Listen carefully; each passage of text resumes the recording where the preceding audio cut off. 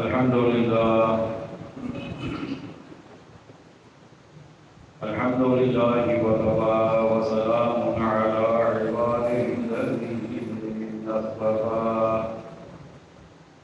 أما بعد فأعوذ بالله من الشيطان الرجيم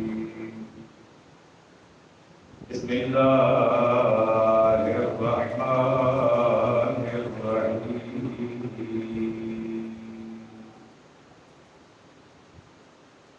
أولا يعلمون أن الله يعلم ما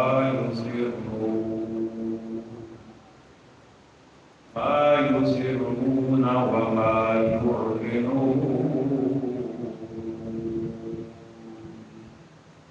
صدق الله مولانا العظيم فليحمد صلى الله عليه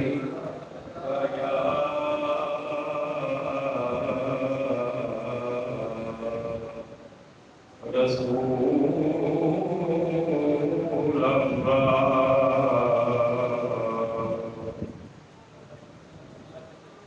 وسلم عليك يا حبيب الله صلى الله عليك يا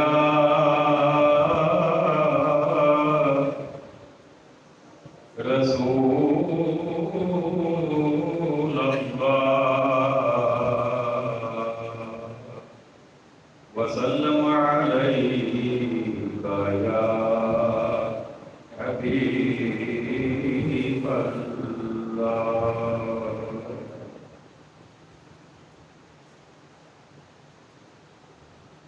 والد صدر عظیم سامعین محتشم حاضرین مکرم عشاقان مصطفیٰ کریم علیہ السلام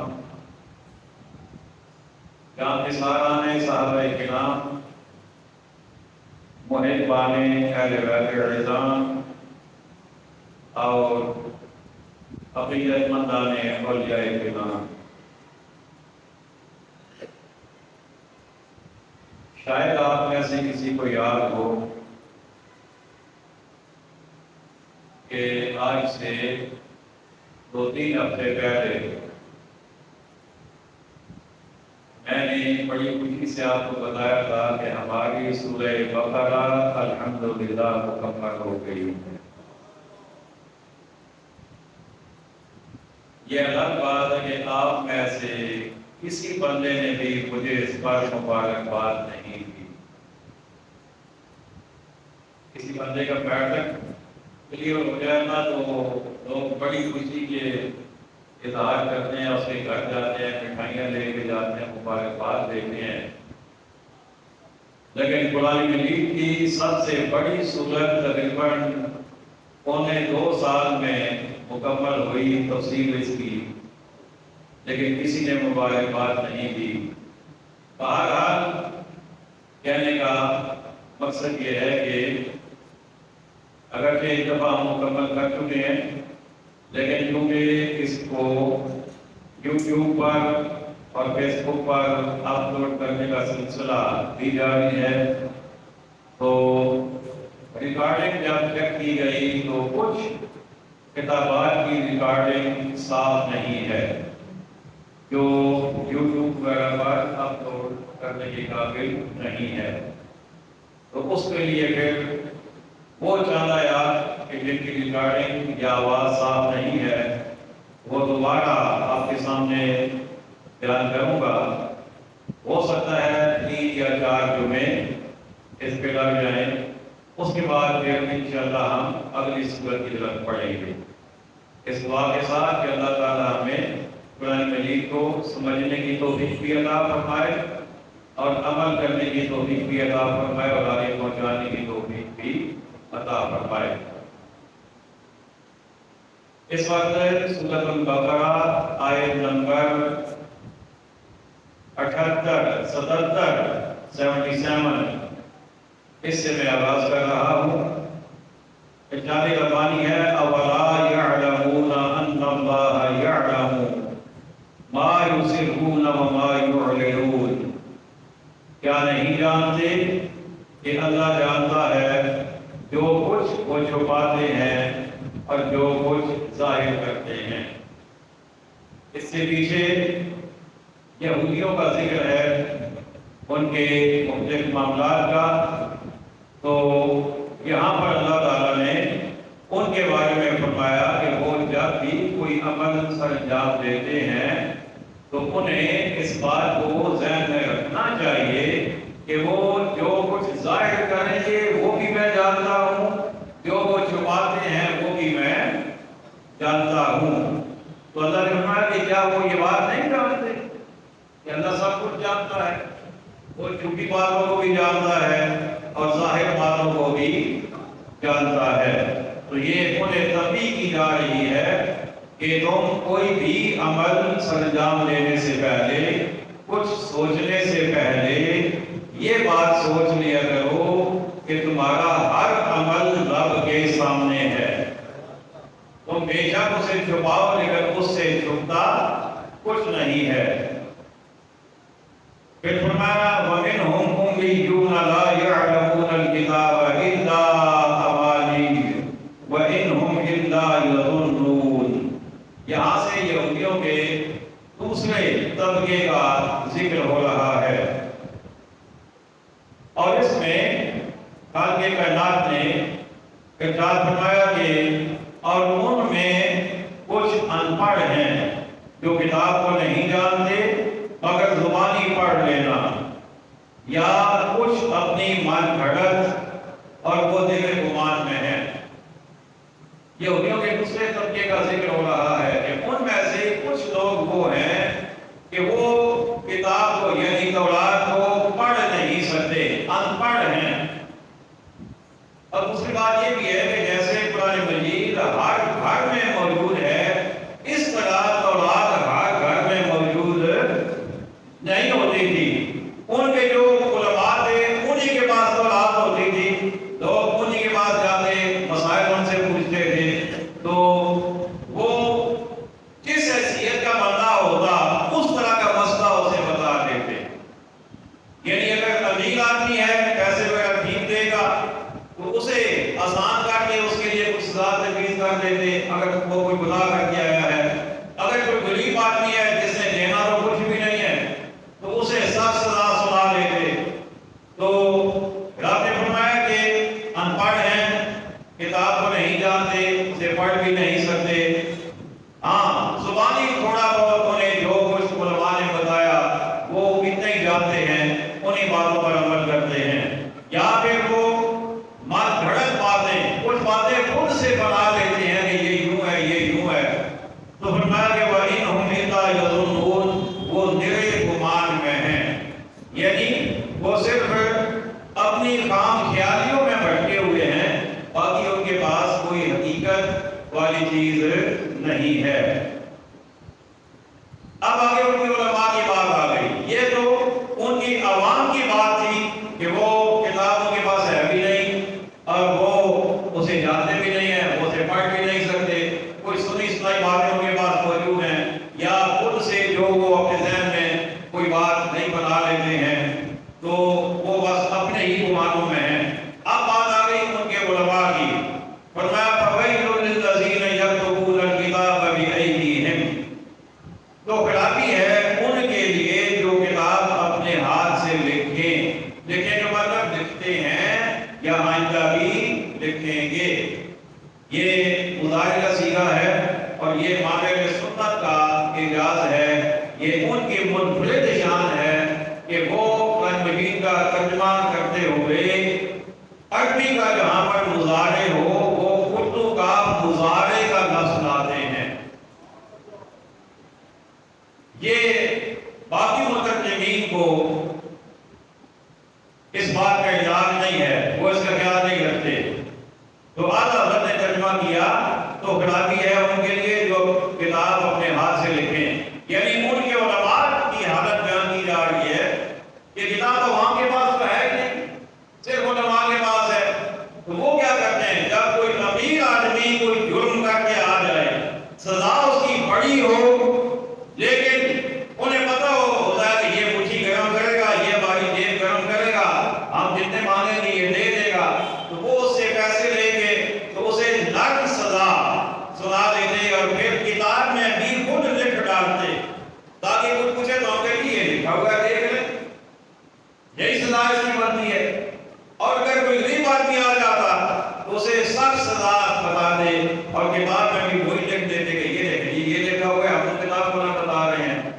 تو یہ رب تعالیٰ نے ان کا ایک وسیلہ، ان کا ایک طریقہ بتایا ہے کہ وہ اپنے ہاتھوں سے لکھتے ہیں، پھر کہتے کیا ہیں، یقولون ثم یقولون ھذا من عند اللہ، وہ کہتے ہیں کہ یہ خدا کے پاس ہے، یہ اللہ کی طرف سے ہے، لیشتروا بہ ثمنا قلیلا، اور وہ یہ کام کرتے ہیں کہ وہ اپنے ہاتھ سے لکھنے والا اور حکم بدلنے والا وہ اس لیے کرتے ہیں کہ اس کے عوض تھوڑے دام حاصل کریں۔ اب تھوڑے کیوں؟ وہ لیتے تو زیادہ تھے، یہاں خدا نے تھوڑے کیوں کہا؟ رب نے تھوڑے کیوں کہا؟ تھوڑے اس لیے کہا کہ وہ جتنے بھی لے لیں آخرت کے مقابلے میں تو اس کی کوئی حیثیت نہیں ہے نا، اس لیے رب نے کہا کہ وہ چند روزہ زندگی کے لیے مال بٹورنے کے لیے اپنی آخرت کو خراب کر رہے ہیں اور اپنی آخرت کو وہ برباد کر رہے ہیں۔ تو رب نے فرمایا فَوَيْلٌ لَّهُم مِّمَّا كَتَبَتْ أَيْدِيهِمْ، تو خرابی ہے ان کے لیے ان کے ہاتھوں کے لکھے سے، یعنی وہ بچیں گے نہیں، انہیں اس کی سزا مبتلا ہوگی، انہیں اس کی سزا ضرور مل کر رہے گی کہ وہ اللہ کے بھیجے ہوئے کلام میں اپنی طرف سے تبدیلیاں کر رہے ہیں۔ لیکن یہ ہم پر اللہ کا احسان ہے کہ ہمیں جو کتاب اللہ نے دی، اللہ نے اس کی حفاظت کا ذمہ بھی خود لیا ہے۔ کہیے نا سبحان اللہ، اس کی حفاظت کا ذمہ بھی خدا نے خود لیا ہے کہ کوئی اس میں تبدیلی نہیں کر سکتا۔ حرف تو دور کی بات ہے، زبر زیر کی نقطے کی تبدیلی کوئی نہیں کر سکتا۔ مجھے ایک بات ذہن میں آ رہی اسی حوالے سے، بڑی خوبصورت بات ہے۔ حضرت موسیٰ علیہ السلام اور حضرت خضر علیہ السلام دونوں اکٹھے سفر میں تھے۔ موسیٰ علیہ السلام نے اللہ سے عرض کی کہ یا اللہ مجھے اپنے کسی خاص بندے سے ملا دے جو علم لدنی والا ہو، تو اللہ تعالیٰ نے بھیج دیا خضر علیہ السلام کے پاس۔ اب دونوں عظیم ہستیاں ہیں، موسیٰ علیہ السلام بھی اللہ کے نبی اور خضر علیہ السلام کے بارے میں بھی بعض حضرات کا قول ہے کہ وہ نبی ہیں، بعض کا قول ہے کہ وہ ولی ہیں، لیکن نبی کی طرف زیادہ لوگوں کا دھیان ہے کہ وہ اللہ کے نبی ہیں۔ تو اب ان کے بارے میں وہ ایک بستی سے گزر رہے تھے دونوں، تو اس بستی والے جو تھے انہوں نے اس بستی والوں سے کہا کہ ہم یہاں پر اجنبی ہیں، یا ہمارا کوئی جاننے والا نہیں ہے، ہم مسافر ہیں، تو آپ ہماری کوئی تھوڑی مہمانی کر دیں، ہمیں کوئی کھانا وغیرہ دے دیں۔ جیسے پرانے زمانے میں ہوتا تھا، ہوٹل ریسٹورنٹ ہوتے نہیں تھے، تو جس گاؤں میں کوئی مسافر چلا گیا مسجد میں جاتا تھا اور مسجد میں جا کر کہتا کہ میں مسافر ہوں، تو لوگ بڑی خوشی سے کوئی روٹی لے آتا، کوئی سالن لے آتا، کوئی بستر لے آتا، کوئی گھر لے جاتا، کوئی پانی، کوئی چائے، مطلب جو ان سے خدمت ہو سکتی وہ کرتے تھے۔ تو ان دونوں ہستیوں نے بھی ان سے کہا کہ حتی اذا اتیا اہل قریۃ، حتی اذا اتیا اہل قریۃ تطعما اہلھا فابوا ان یضیفوہما، کہ دونوں وہاں پر پہنچے اور انہوں نے اس گاؤں والوں سے کہا کہ تم ہمیں کھانا دو، ان سے کھانا مانگا، لیکن قرآن کہتا ہے فابوا ان یضیفوہما، تو انہوں نے کھانا دینے سے انکار کر دیا۔ انہوں نے کہا کہ کوئی کھانا یہاں نہیں ہے، انہوں نے کہا ہم آپ کی کوئی خدمت نہیں کر سکتے، کوئی کھانا ہمارے پاس نہیں ہے۔ اچھا یہ اب صدیوں پہلے کا واقعہ تھا، قرآن مجید نازل ہوا تو یہ واقعہ قرآن مجید میں بھی آ گیا،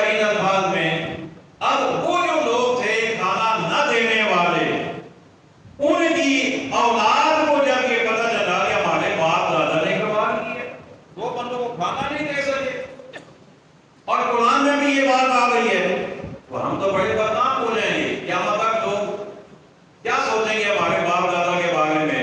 اور پھر جو موجود تھے اس دور میں لوگوں کو پتا تھا کہ یہ انہی کی اولاد میں سے ہیں، تو وہ چلے گئے آقا صلی اللہ علیہ وسلم کے پاس، تو انہوں نے جا کر کہا کہ آپ مہربانی کریں تھوڑی سی تبدیلی کر دیں۔ کیا کہا انہوں نے؟ مجھے بولیے نا، ناراض ہوئی ہو یا راضی ہو؟ آپ سبحان اللہ۔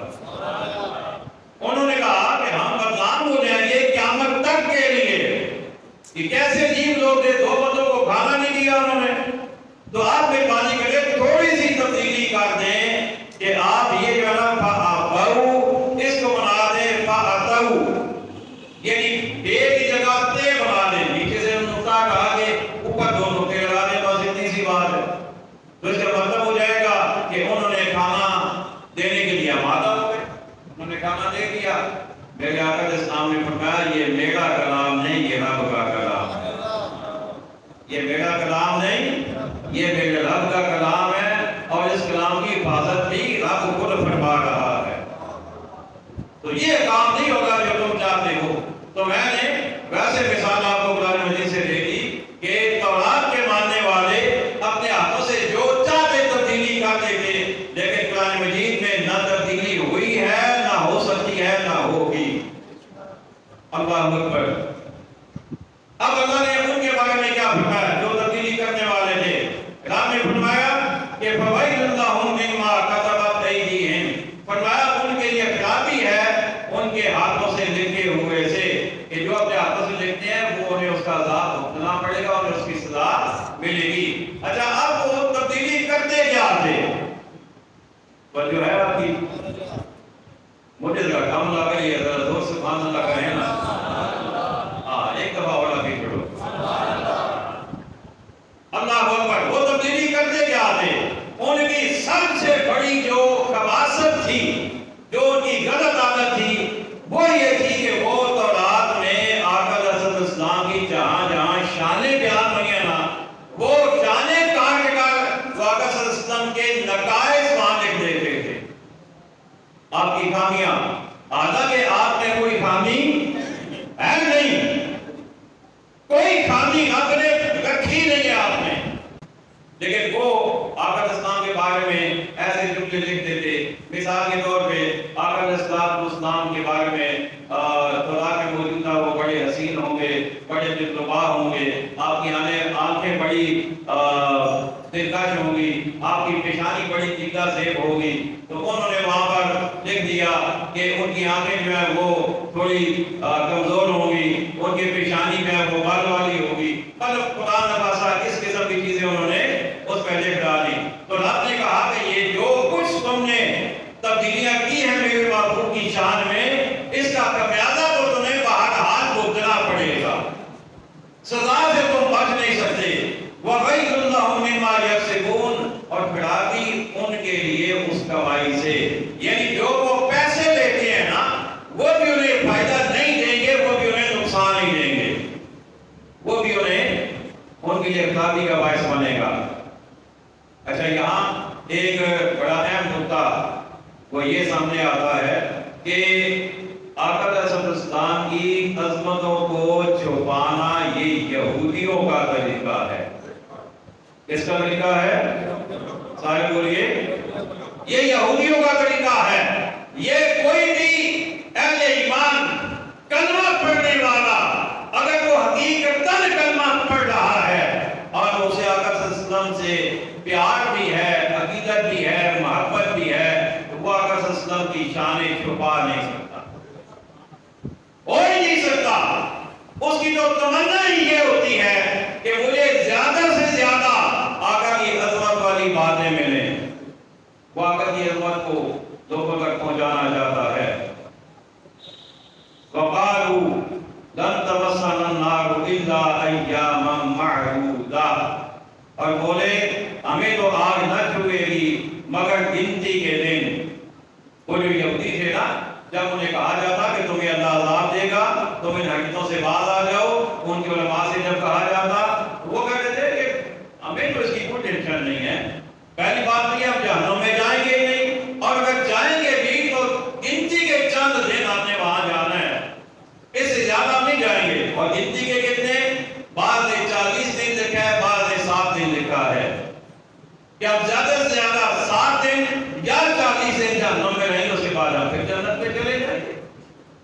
لیے ہمیں کوئی اس کی پریشانی نہیں ہے.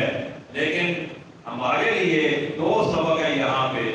ایک سبق تو یہ ہے کہ جہنم کے 40 دن تو بہت بڑی بات ہے، 7 دن تو بہت بڑی بات ہے. اگر ایک لمحہ کے لیے بھی خدا نہ خواستہ جہنم میں ٹھہرنا پڑے تو کون ہے جو اسے برداشت کر پائے گا؟ ان لوگوں نے اس کا خیال نہیں کیا. انہوں نے سمجھا کہ شاید 40 دن ایسے ہی ہنستے کھیلتے جہنم میں گزر جائیں گے. جہنم کا ایک لمحہ بھی بڑا کٹھن ہوگا، بڑا مشکل ہوگا. ایک تو یہ، اور دوسرا ہمارے لیے سبق یہ ہے کہ آقا علیہ السلام کی عظمتیں بیان کرنی ہے، انہیں چھپانا نہیں ہے. اب آئیے، جب انہوں نے یہ کہا نا کہ ہم تو گنتی کے چاند دن جہنم میں جائیں گے، اس سے زیادہ تو ہمیں وہاں جانا ہی نہیں ہے، تو اللہ تعالیٰ نے فرمایا قل محبوب تم ان سے ذرا پوچھو تو صحیح نا، پوچھو ان سے اتخذتم عند اللہ عہدا، کیا خدا سے تم نے کوئی عہد لے رکھا ہے کہ تم جو یہ کہتے ہو کہ ہم چند دن جائیں گے، تو کیا اللہ کے ساتھ کوئی ایگریمنٹ تم نے کر لی ہے؟ کیا تم نے اللہ سے لکھوا دیا ہے کہ وہ چند دن کے علاوہ تمہیں جہنم میں نہیں رکھے گا؟ فَلَن يُخْلِفَ اللَّهُ عَهْدَهُ، اگر واقعی تم نے کوئی عہد اللہ سے لے رکھا ہے تو پھر تو وہ اس کی خلاف ورزی ہرگز نہیں کرے گا. یہ انہیں شرمندہ کرنے کا، احساس دلانے کا ایک طریقہ تھا کہ نہ تم نے عہد لیا ہے، نہ تمہارے عہد کا وہ پابند ہے. کیوں اس نے عہد کیے نہیں ہے، تم نے عہد اس سے لیے نہیں ہے کہ ہم چند دن رہیں گے. ام تقولون علی اللہ ما لا تعلمون، یا خدا پر وہ بات کہتے ہو جس کا تمہیں علم نہیں. یعنی تم جھوٹی بات کہہ رہے ہو کہ ہم جہنم میں چند دن رہیں گے، تم نے اللہ سے کوئی ایسا عہد نہیں لے رکھا کہ تم جھوٹ بولتے ہو. بلا من کسب سیئۃ وحاقت بہ خطیئۃ فاولئک اصحاب النار هم فیہا خالدون.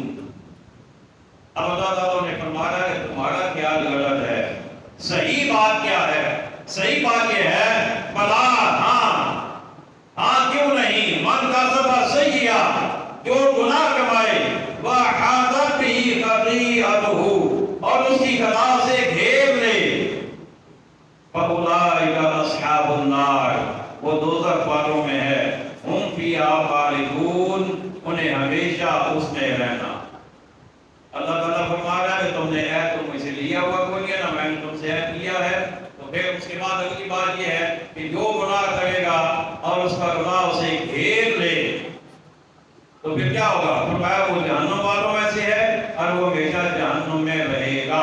اب یہاں پر بڑی اہم بات یہ ہے کہ مومن جتنا بھی گناہ گار ہو اس کا گناہ اسے گھیرتا نہیں ہے. اس کا گناہ اسے گھیرتا نہیں ہے. اس کا گناہ گھیرے گا جو ایمان سے خالی ہے، کیونکہ اس کے پاس ایمان تو ہے نہیں، گناہ ہی گناہ ہے. وہ گناہ مل کر اسے گھیر لیں گے، اور جسے گناہ گھیر لیں وہ ہمیشہ کے لیے دوستی بن جائے گا. لیکن آقا علیہ السلام کا غلام جو ہے، جو آقا کا ماننے والا، کلمہ پڑھنے والا ہے، وہ گناہگار تو ہو سکتا ہے لیکن اس کا گناہ اسے گھیرے گا نہیں. اب گھیرے گا کیوں نہیں؟ اس لیے کہ ایمان کا پیغام اس کے ساتھ موجود ہے. اس گلے پر بھی اتنی دکھی جی سبحان اللہ، اتنی بڑی گلے پر اتنی جی سبحان اللہ.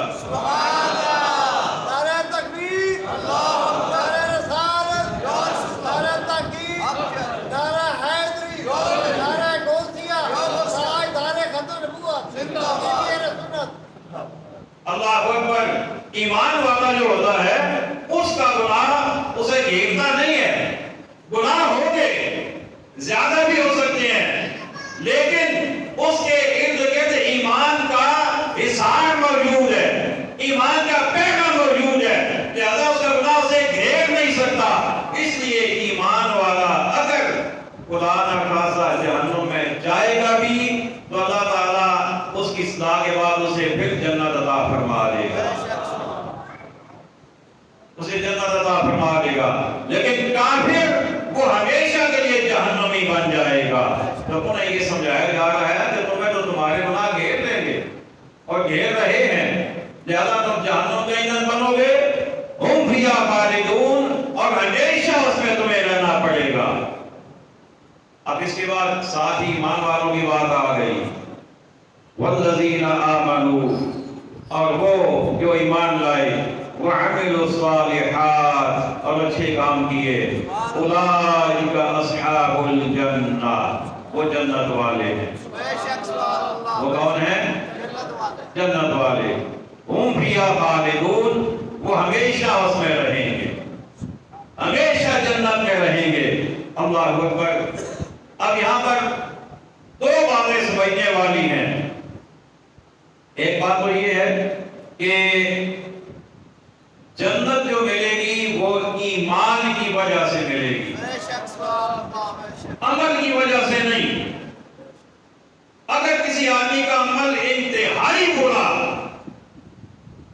لیکن ایمان ہے تو بالآخر وہ جنت میں چلا جائے گا، گناہ کی سزا بھگتنے کے بعد چلا جائے گا۔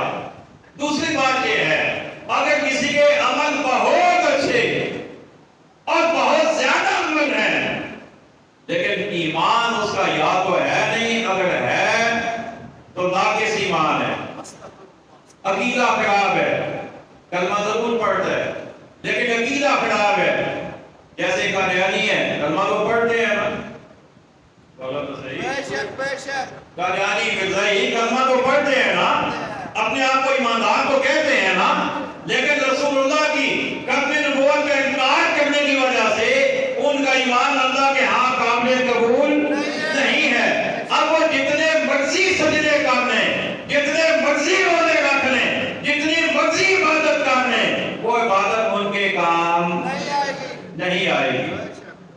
اسی طریقے سے اگر کوئی اور ایسا آدمی ہے جس کا عقیدہ خراب ہے، چاہے توحید کے اعتبار سے، چاہے رسالت کے اعتبار سے، چاہے فرشتوں کو ماننے کے اعتبار سے، چاہے آسمانی کتابوں کے اعتبار سے، چاہے صحابہ میں نقش تلاش کرنے والا ہو، چاہے اہل بیت میں نقش تلاش کرنے والا ہو، ان کے ساتھ گستاخی اور دشمنی رکھنے والا ہو، چاہے اولیاء اللہ کے ساتھ ویر رکھنے والا ہو، جو بھی ایسا ہوگا جس کے عقیدے میں خرابی ہوگی اسے جہنم میں جانا پڑے گا۔ اگر خرابی ایسی ہے کہ اس کے بعد بھی ایمان قائم ہے تو پھر تو اسے معافی مل جائے گی، لیکن اگر خرابی ایسی ہے جیسے قادیانی ہے تو پھر اس کا ایمان ہی سلامت نہیں ہے، پھر جہنم میں داخلہ اس کا بند، جہنم ہمیشہ کے لیے جہنم میں رہے گا، جنت کا داخلہ اس کا بند، جنت میں وہ نہیں آ سکتا۔ اللہ اکبر۔ عقیدہ بنیاد ہے، عقیدہ اگر ٹھیک ہے تو پھر نجات یقینی ہے، عقیدہ اگر ٹھیک نہیں۔ اچھا دلچسپ بات آخری بات عرض کر رہا ہوں، وہ بات یہ ہے کہ اللہ تعالیٰ نے ہمیں جتنے بھی ہمیں عبادتیں ہمارے سر میں لگائی ہیں نا، اللہ نے گن کر ہم سے اللہ لیتا ہے۔ سبحان اللہ، بے شک سبحان اللہ۔ ہمیں عدد کے اعتبار سے، مقدار کے اعتبار سے اللہ نے عبادات ہمیں دی ہیں۔ مثال کے طور پہ نمازیں کتنی پڑھنی ہے روزانہ؟ 5 گنتی کر کے، ٹھیک ہے، فجر ظہر عصر مغرب عشاء۔ اگر 5 سے کم ہے تو تب بھی بندہ گنہگار ہے، اگر 5 سے زیادہ ہے نفلی عبادت ہے تو وہ نہ بھی کرے تو اس پر کوئی بوجھ نہیں ہے، کرے گا تو ثواب ضرور ہے۔ لیکن اللہ نے نمازیں دی 5 عدد کے اعتبار سے۔ روزے کتنے ہیں؟ 1 مہینے کے، آج زندگی میں 1 مرتبہ فرض ہے سب استطاعت پر۔ اور زکوٰۃ بھی اللہ نے مقدار کے حساب سے دی ہے، 2.5%، 2.5%، 2.5% زکوٰۃ دینی ہے جو صاحب نصاب ہے۔ تو اللہ نے عبادات ہمیں دی ہیں یا گنتی کے اعتبار سے یا مقدار کے اعتبار سے، لیکن قیامت کے دن اللہ ہم سے جو ہمارے ساتھ لے گا وہ تول کے لے گا۔ اپنا سبحان اللہ۔ عمل کرنا آسان، گنتی نے سہارنا،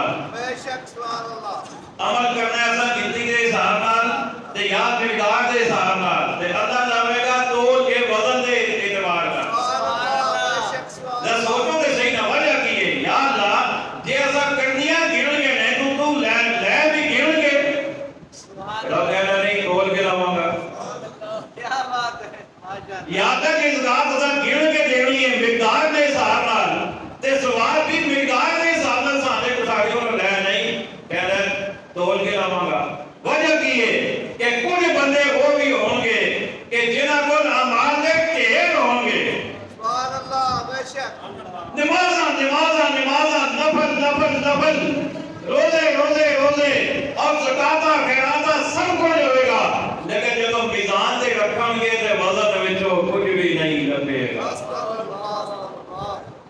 سمجھ آ گئی؟ اس وجہ کو اللہ گن کے نہیں لیندا، اللہ تول کے لوے گا کہ یہ بیچ بھی کوئی ہے یا کوئی نہیں۔ یہ رسول اللہ کا گستاخ ہے، یہ صحابہ کا گستاخ ہے، یہ اہل بیت کا گستاخ ہے، یہ اللہ کے ولیاں کا دشمن ہے، یہ ہندے سامنے آوے لیکن وزن وچوں نکلنا چٹاکی بھی کوئی نہیں، چٹاکی بھی بڑی ہے، سرسائی بھی کوئی نہیں۔ سمجھ آئی ہے؟ تے یہ عقیدہ سلامت ہے، یہ عقیدہ ٹھیک ہے تو ہو سکتا ہے ایک نماز ہی رکھے تے اودا وزن پہاڑا ورگا ہو جائے۔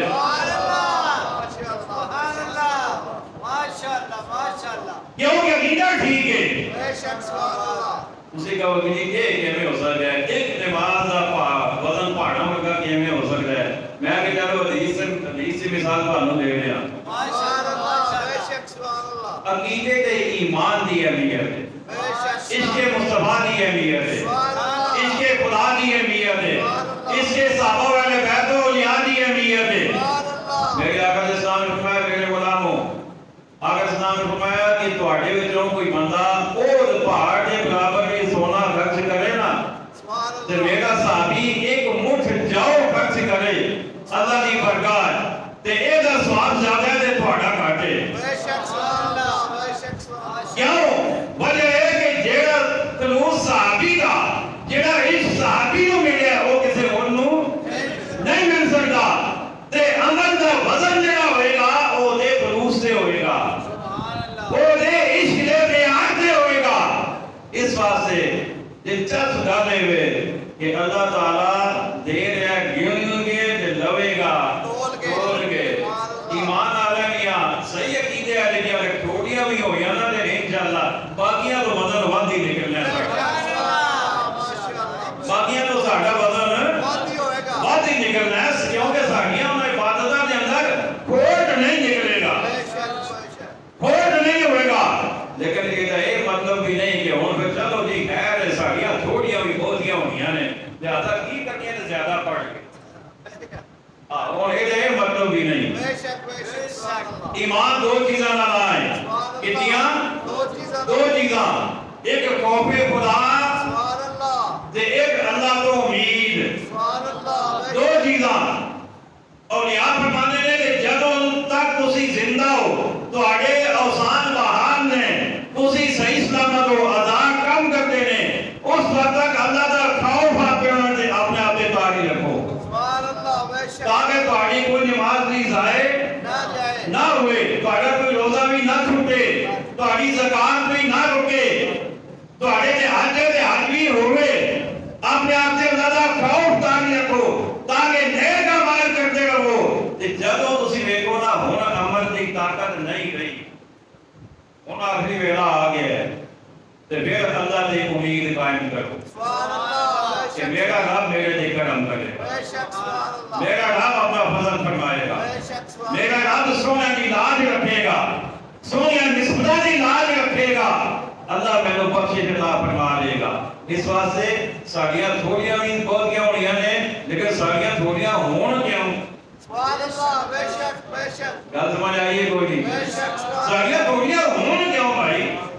اللہ تعالیٰ سانو ہمارے سال اور لگا کے صحیح ہے تو کتاب فرمائے وما علینا الا البلاغ المبین۔